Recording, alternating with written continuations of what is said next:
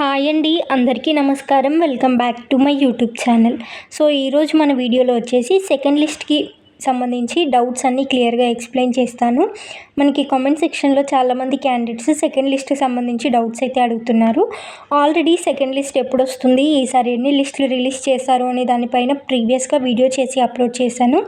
ఇంకా ఎవరైనా చెక్ చేయకపోయి ఉంటే లింక్ అనేది కింద డిస్క్రిప్షన్లో ఇస్తాను, అలాగే కామెంట్ సెక్షన్లో కూడా పిన్ చేస్తాను, ఒకసారి అయితే చెక్ చేయండి. అండ్ ఈ వీడియోలో వచ్చేసి మనకి సెకండ్ లిస్ట్లో సెలెక్షన్ ఎలా ఉంటుంది, సెకండ్ లిస్ట్లో వేరే స్టేట్స్కి అప్లై చేసుకునే ఛాన్స్ ఉంటుందా, అండ్ అలాగే ఈ లిస్ట్లో మనకి ఎవరెవరికి జాబ్ పక్కాగా వస్తుంది అన్న డీటెయిల్స్ అయితే క్లియర్గా ఎక్స్ప్లెయిన్ చేస్తాను. సో వీడియోని ఎక్కడ స్కిప్ చేయకుండా చివరి వరకు చూడండి. వీడియో నచ్చితే తప్పకుండా లైక్ చేయండి. అండ్ ఇలాంటి అప్డేట్స్ కనుక మీరు మిస్ కావద్దు అనుకుంటే ఛానల్ని సబ్స్క్రైబ్ చేసుకోండి. సో సెకండ్ లిస్ట్లో మనకి ఎలా సెలెక్ట్ చేస్తారు, ఫస్ట్ కేసు ఏంటి అంటే మనకు ఆల్రెడీ అందరికీ తెలిసిందే, ఫస్ట్ లిస్ట్ అనేది రీసెంట్గా రిలీజ్ చేయడం జరిగింది. సో సెలెక్ట్ అయిన క్యాండిడేట్స్ అందరినీ సెప్టెంబర్ 3 లోపు డాక్యుమెంట్ వెరిఫికేషన్కి అటెండ్ అవ్వమని చెప్పారు. మనకి ఇక్కడ చాలామంది క్యాండిడేట్స్ అప్లై చేసుకున్నారు, బట్ అందులో కొంతమంది సెలెక్ట్ అయ్యారు. సెలెక్ట్ అయిన క్యాండిడేట్స్ అందరూ డాక్యుమెంట్ వెరిఫికేషన్కి వెళ్తారన్న గ్యారంటీ లేదు. ఎందుకంటే మనకి చాలామంది క్యాండిడేట్స్ ఎవరైతే సెలెక్ట్ అయ్యారో రీసెంట్గా వాళ్ళంతా కూడా న్యూగా అంటే 2022, 2023, 2024 ఈ పాస్ట్ 3 ఇయర్స్లో 10th క్లాస్ పాస్ అయిన క్యాండిడేట్స్. సో ఖచ్చితంగా అప్లై చేసుకొని అలాగే సెలెక్ట్ అయిన క్యాండిడేట్స్ ఎంతో కొంతమంది హయ్యర్ స్టడీస్కి వెళ్ళే ఛాన్సెస్ అయితే ఉంది. సో అలాంటి కేసెస్లో వాళ్ళు డాక్యుమెంట్ వెరిఫికేషన్కి వెళ్ళకపోవచ్చు. సో అలాంటి కేసెస్లో మనకి అక్కడ ఆ బీఓ అనేది వేకెంట్గా మిగిలిపోతుంది. అది కేస్ 1. నెక్స్ట్ కేస్ 2 ఏంటి అంటే ఆల్రెడీ క్యాండిడేట్ సెలెక్ట్ అయ్యి డాక్యుమెంట్ వెరిఫికేషన్కి వెళ్ళినా కూడా తన దగ్గర సరైన డాక్యుమెంట్స్ సరైన ఫార్మాట్లో లేకపోతే రిజెక్ట్ అయ్యే ఛాన్సెస్ ఉంటాయి. నేను ఆల్రెడీ మీకు చెప్పాను, నేను ప్రీవియస్గా జీడిఎస్ బీపీఎంగా వర్క్ చేశానని. సో నేను నా ఫస్ట్ డాక్యుమెంట్ వెరిఫికేషన్కి వెళ్ళినప్పుడు ఒక ఇన్సిడెంట్ జరిగింది. అదేంటి అంటే ఒక క్యాండిడేట్ అప్లై చేసుకునే టైంలో తను ఏం చేశాడు అంటే మనం అప్లికేషన్లో కనుక చూసినట్లయితే మార్క్స్ ఎంటర్ చేసేటప్పుడు అక్కడ first language, second language, third language అనేది మనమే చూస్ చేసుకొని మార్క్స్ అనేది ఎంటర్ చేసుకోవాల్సి ఉంటుంది. బట్ ఆ క్యాండిడేట్ ఏంటి అంటే ఫస్ట్ అక్కడ ఉన్న లాంగ్వేజెస్ అన్నీ ఏంటి అనేది చూడకుండా రాంగ్ అయితే ఎంటర్ చేయడం జరిగింది. అంటే మనకి మెమోలో ఏ ఆర్డర్లో అయితే ఉన్నాయో అలానే ఎంటర్ చేయడం జరిగింది. సో ఆ అప్లికేషన్లో ఏమైపోయిందంటే ఇంగ్లీష్ మ్యాథ్స్ సబ్జెక్ట్ మార్క్స్ ఇంగ్లీష్కి, సైన్స్ సబ్జెక్ట్ మార్క్స్ మ్యాథ్స్కి, అలాగే సోషల్ సబ్జెక్ట్ మార్క్స్ సైన్స్కి అలా మిస్ మ్యాచ్ అయితే అవ్వడం జరిగింది. సో అలా అప్లికేషన్ పెట్టుకున్న తర్వాత తను సెలెక్ట్ అయ్యిండు, డాక్యుమెంట్ వెరిఫికేషన్కి వచ్చారు. డాక్యుమెంట్ వెరిఫికేషన్ టైంలో అక్కడ ఉన్న మనకి డివిజనల్ హెడ్ డాక్యుమెంట్ వెరిఫికేషన్ టైంలో ఆ క్యాండిడేట్ని రిజెక్ట్ చేయడం జరిగింది. ఎందుకంటే మనందరికీ తెలిసిందే ఇది మెరిట్ బేసిస్న జరిగే రిక్రూట్మెంట్.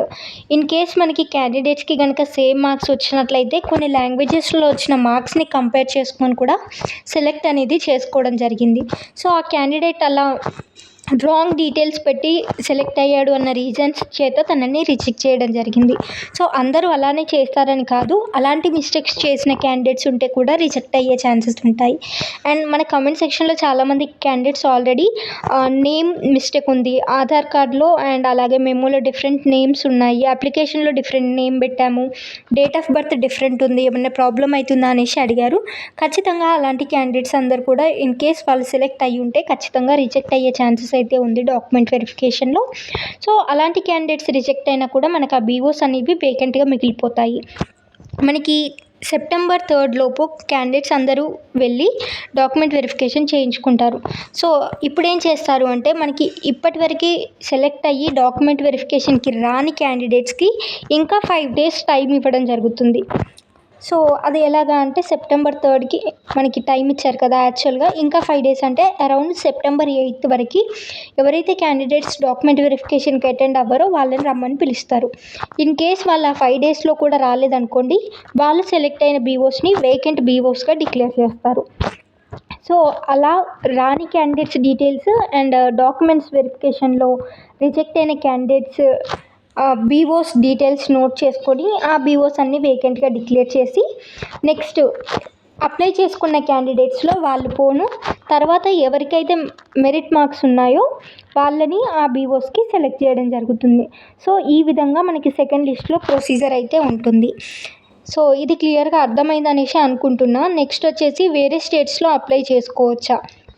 ఖచ్చితంగా చేసుకోరాదు. ఎందుకంటే మనకి నోటిఫికేషన్ టైంలో అప్లై చేసుకున్న స్టేట్లోనే మనం ఫర్దర్గా కంటిన్యూ అయితే ఉంటాము. మనకి ఫర్దర్ లిస్ట్స్ అనేవి కూడా మనం సెలెక్ట్ అయ్యే ఛాన్స్ ఉంటే మనం ఫస్ట్ ఏదైతే సర్కిల్లో అప్లై చేసుకుంటామో అదే సర్కిల్లో సెలెక్ట్ అయ్యే ఛాన్సెస్ ఉంటాయి. మనం ఓన్లీ న్యూ నోటిఫికేషన్ పడ్డప్పుడు మాత్రమే వేరే స్టేట్స్కి అయితే అప్లై చేసుకునే ఛాన్స్ ఉంటుంది. ఈ లిస్ట్స్ రిలీజ్ చేయడం అనేది మళ్ళీ అప్లై చేసుకోవాల్సిన అవసరం లేదు. అండ్ మనకి లాస్ట్ టైం అరౌండ్ 7 లిస్టులు రిలీజ్ చేశారు కదా, ఈసారి కూడా అరౌండ్ 6 to 7 లిస్ట్స్ అయితే రిలీజ్ చేస్తారు. అండ్ లాస్ట్ టైం మనకి స్పెషల్ డ్రైవ్ నోటిఫికేషన్ కూడా వచ్చింది. సో ఈసారి కూడా వచ్చే ఛాన్స్ ఉండొచ్చు. ఒకవేళ ఉంటే నేను ఖచ్చితంగా ఛానల్లో అప్డేట్ అయితే చేస్తాను. సో ఇంకా ఛానల్ని సబ్స్క్రైబ్ చేసుకొని వాళ్ళు ఉంటే ఖచ్చితంగా చేసుకోండి. మీరు ఫర్దర్గా నోటిఫికేషన్ రాగానే తొందరగా అప్లై అయితే చేసుకోవచ్చు. నెక్స్ట్ వచ్చేసి మనకి ఇక్కడ ఇంకో పాయింట్ కూడా, ఆల్రెడీ తెలంగాణ అండ్ ఆంధ్రప్రదేశ్ స్టేట్స్లో కట్ ఆఫ్ అయితే చాలా ఎక్కువగా ఉంది.